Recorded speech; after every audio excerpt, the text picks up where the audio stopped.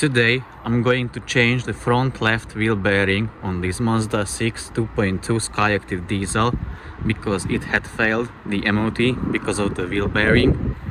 So as you can see, this is a bolt-on wheel bearing, so I really hope I will not have to remove the ball joint and the tie rod end.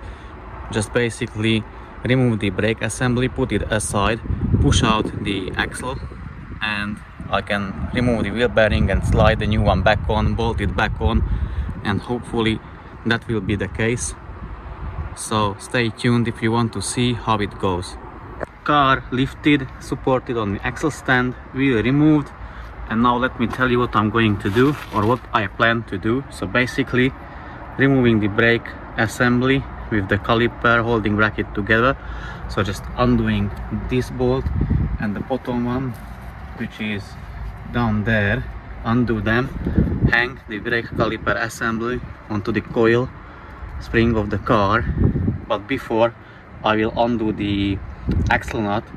If you have someone, ask someone to step on the brake pedal while undoing the axle nut, or use a big impact gun and a socket for this. Or if you are alone, you can stick a screwdriver in here to the vented grooves, so when you are undoing the wheel nut, it will stop the rotor or the disc from spinning or turning, and you will be able to undo the nut. Axle nut broken loose. I used an impact gun with a 32 mm hex socket on it. I put it back flush with the drive shaft, and I'm going to hit it with a hammer so that I get the drive shaft moving. I don't mind damaging the nut. I don't want to damage the drive shaft. I don't mind damaging the nut because the new one is supplied with the new wheel bearing. So give it a couple whacks, obviously a stronger one. That's just illustration. So get the drive shaft moving in and out, and then you won't have issue removing the wheel bearing. Brake assembly removed in one piece, now hanging on the coil spring of the shock absorber. It was held by two 17 mm hex bolts. So undo the bolts and then remove the whole brake assembly, hang it on the coil spring. Now I'm going to undo the rotor, or remove the rotor. Here is a hole for the checking bolt, so I'm gonna try that, hope it will work. If not, I will hit it with a dead blow hammer here somewhere on this part of the brake disc, not this one, so not damage it, because this one will be reused. So hit it here and then hopefully it will come off. So I managed to get it off with a checking bolt. So basically tighten the bolt until it pushed off the brake disc. So now it is loose, I can remove it.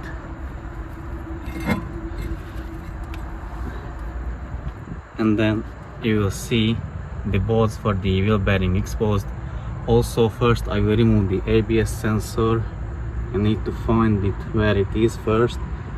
Then I will remove it, and then lastly the wheel hub. So here are the bolts for the wheel bearing. There is 4 of them, 2 on the bottom as you can see, and 2 on the top. They are size 14 mm bolts. I'm going to use this offset spanner because it has good access, so I can put it onto the bolt and undo it this way. Okay, the 4 bolts are removed, as you can see they are there. So now I just need to remove the wheel bearing. So probably I will try to wedge something in there, get it moving off, and then I should be able just to pull it off. So I will see and let you know how I was able, or how successful was I with removing the wheel hub. So after a few attempts and half an hour, maybe an hour later, the wheel bearing is finally removed in 2 parts. So basically here is one part, as you can see.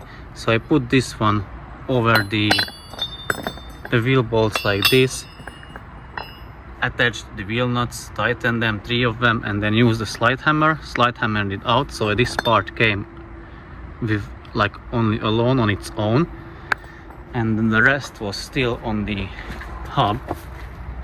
So this part was so rusty, so I had to use 2 chisels and basically first I attached that one, the hub puller again, with the wheel bearing bolts, so two of them, one here and one there, obviously to the wheel bearing, and then hammered it a little bit out, and then I had a tiny bit space in between the wheel hub and the wheel bearing, so I could hammer the chisel. So hammered it, the small chisel here, and then around the perimeter, slowly all around, and then I was finally able to remove the wheel bearing.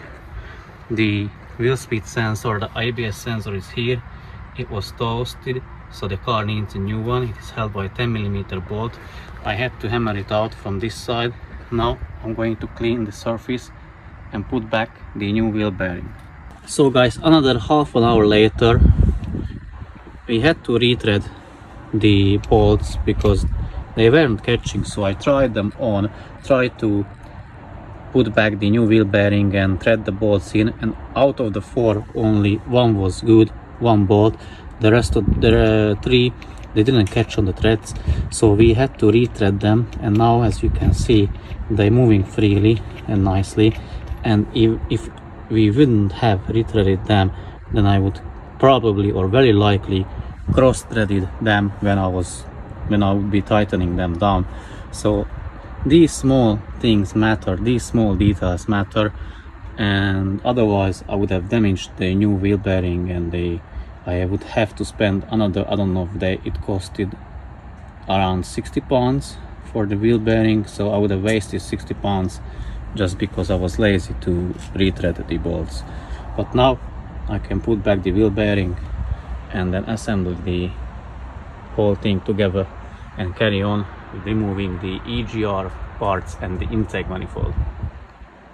New wheel bearing back in its place. What you need to make sure or make aware that the bolts, you put them all 4 in and then start to tighten them, and tighten them just tight, and then finally in a cross pattern or a star pattern. So let's say start with this one and with this one and this one, so make it tight. And also I put some thread locker on the threads as well, so make sure you put as well, because it had thread locker on them. So now I'm going to put back the axle nut, tighten it down, put back the wheel, the brake disc, the brake assembly, the wheel, and the job is done. The owner of this Mazda 6 2.2 Skyactiv diesel came to me for 3 reasons. One was the wheel bearing, the front left one, which is already replaced. You will see a video of that one, or it's maybe already online, so check that one out if you want to know how to do it. And the 2 other reasons, one was the carbon cleaning, which I do regularly.